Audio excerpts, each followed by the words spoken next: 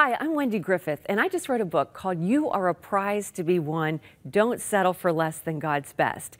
And in my book, there's a chapter that's getting quite a lot of attention, and it's called The Dangers of Recreational Kissing. Well, some of you might be saying, but kissing is my favorite recreation. Well, welcome to the club. But I want to make the case that as wonderful as kissing can be, it can be dangerous. And I make the case that kissing can even lead you to falling in love with the wrong guy based on whether or not he's a good kisser. Kissing is so powerful. It's so intimate. And, the world says, oh, everyone's doing it. And even Christians say, well, you're not having sex. What's wrong with just kissing?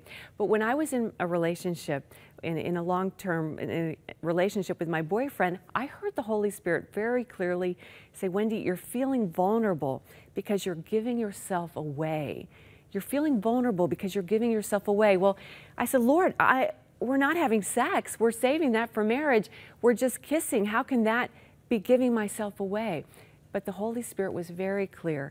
And I knew that the Holy Spirit was saying, Wendy, stop giving your kisses away for free. Because especially for women, we're wired to be emotional beings. And with every kiss, every make-out session, if you will, I was falling more and more in love, more into this quagmire, or this fairy tale of love. Because, really, when you want to get to know somebody, when you're this close and you're lip-locked, it's not the way to get to know somebody. You need to talk. You need to hear conversations. You need that time where, there's not that physical intimacy.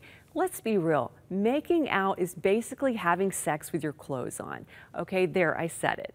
And it's true. And so kissing is special, and you need to save it. Save your kisses for as long as you possibly can.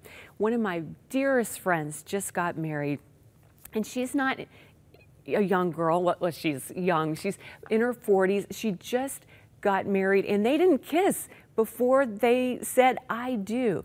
Maybe there's a reason that the preacher says, now you may kiss the bride.